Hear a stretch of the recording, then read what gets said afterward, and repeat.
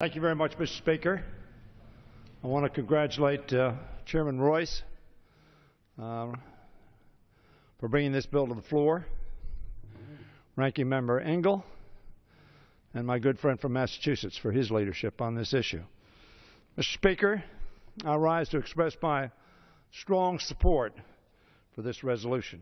Hopefully it will pass unanimously. Russian forces continue to occupy Crimea in gross violation of international law and binding agreements signed between Ukraine and Russia in 1994 and 1997.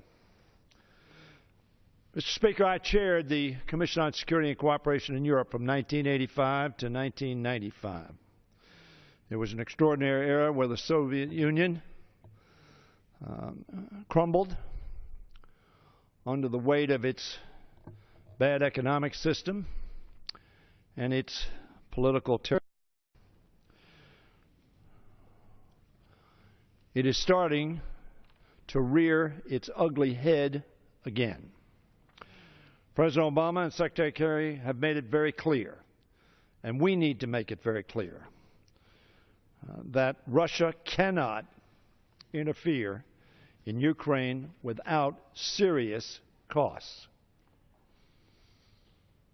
And when I say serious costs, I mean exactly that. It cannot be empty words.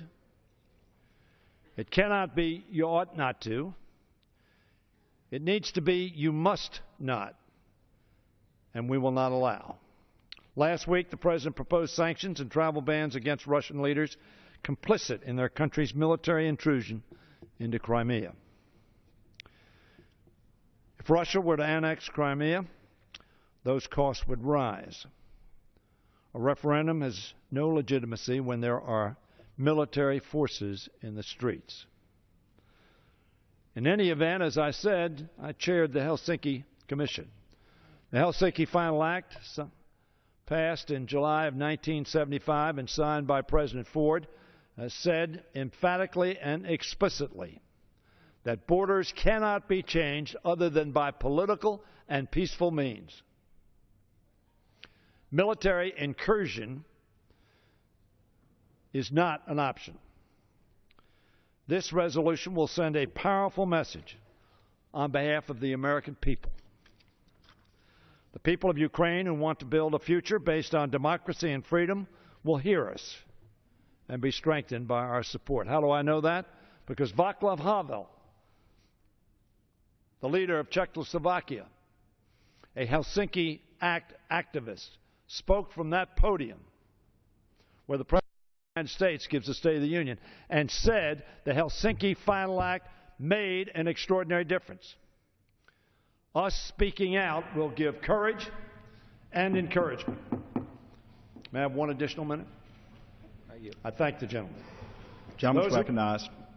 Thank you, Mr. Speaker. Those who undermine that project and who threaten Ukraine's territorial integrity or its economic activity will hear us as well.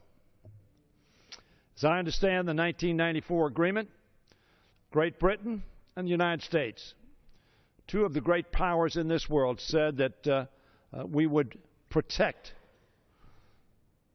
and come to the aid of Ukraine when they gave up their nuclear weapons in consideration, in part, of that representation made by us and made by the Russians.